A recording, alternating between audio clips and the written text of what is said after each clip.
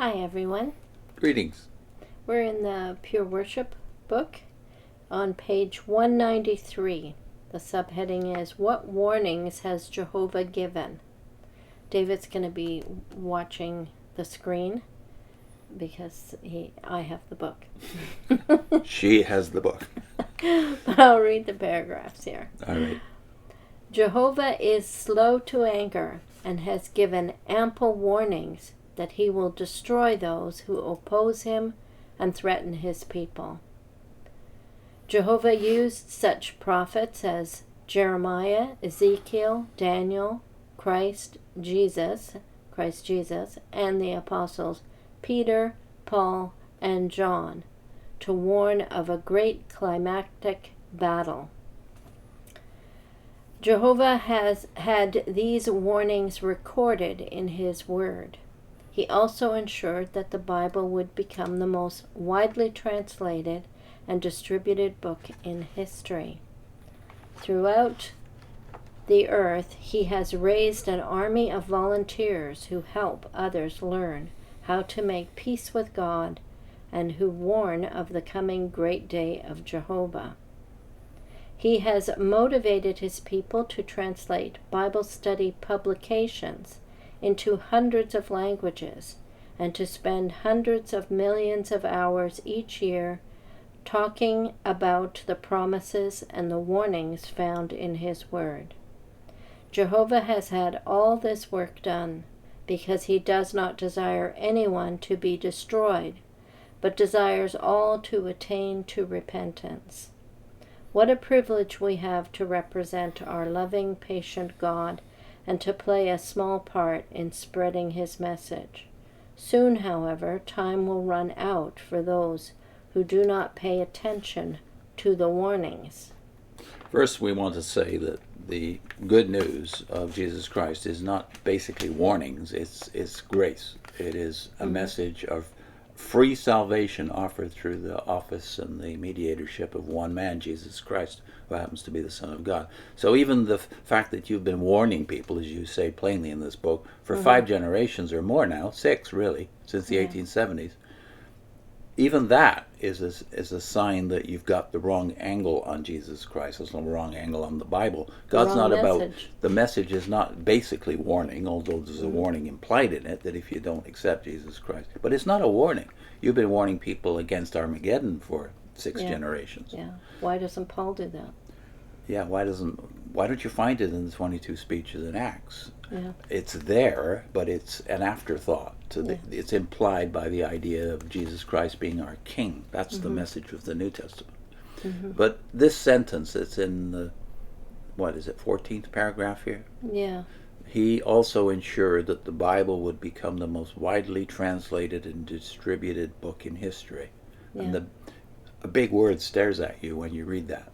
Who did that? Who? Who did God use to ensure the Bible would become the most widely translated, distributed book in history? And the answer that was given by your first 2 presidents, Russell and Rutherford, was Bible societies. the Bible societies, and they were very specific, the Protestant Bible societies of Christendom.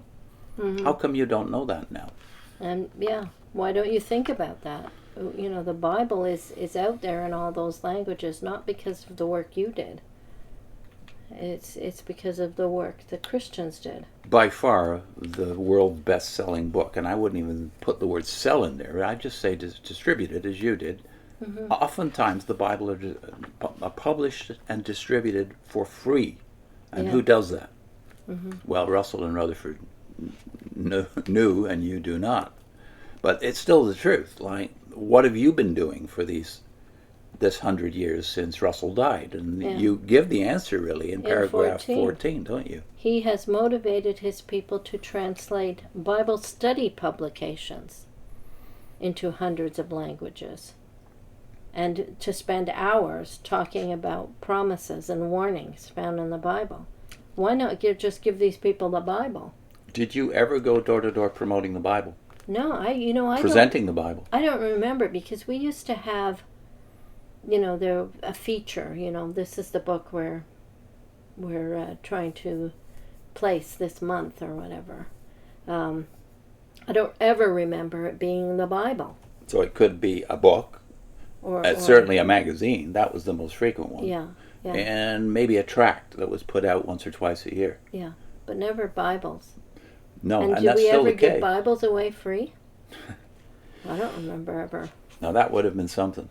being told to do that. But Christendom does that all the time in multiple languages. So, Yeah. so those hated churches that you say are part of Babylon the Great, they have done the heavy lifting here for the last 200 years. Yeah, And the very fact that you don't even distribute your own publications that go further back than a decade or more, yeah, the very fact that you don't even distribute publications that were published in the 1990s and yeah, and even the early 2000s is an indication that there's really nothing of permanent value in this work you're doing. yeah. Your word changes.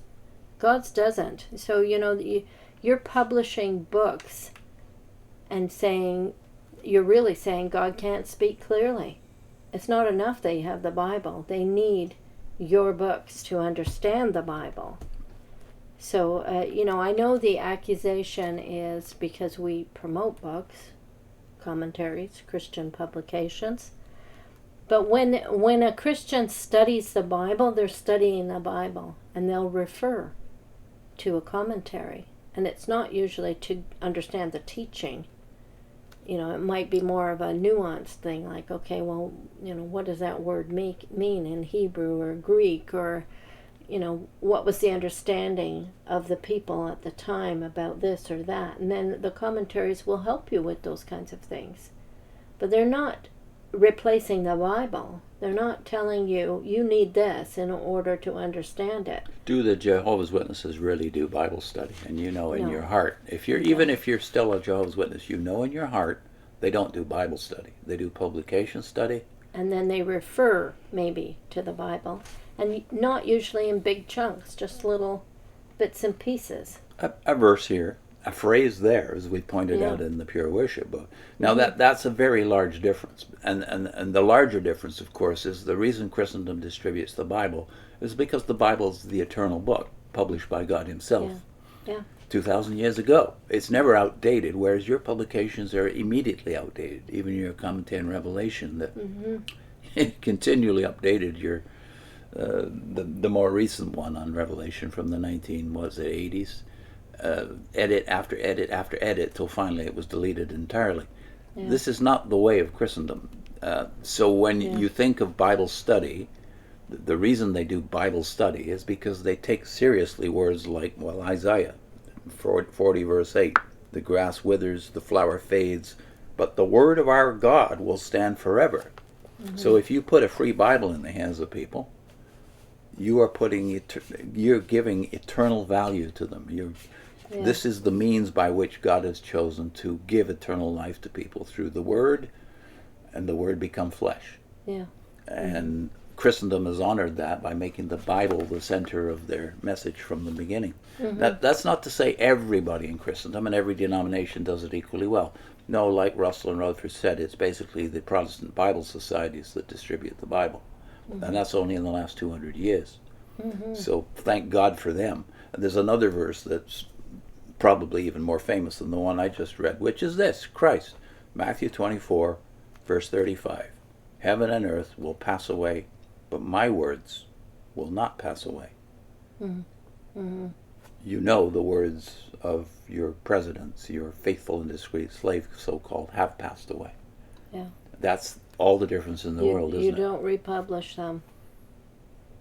You're always having new light, new information. But you never have to change the Word of God. What does Malachi, the last book of the Old Testament, say about God Himself?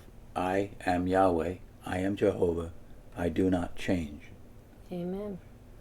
Amen. What's our link? We're linking to a video, Revelation 11, 2 witnesses, Old Testament and New Testament.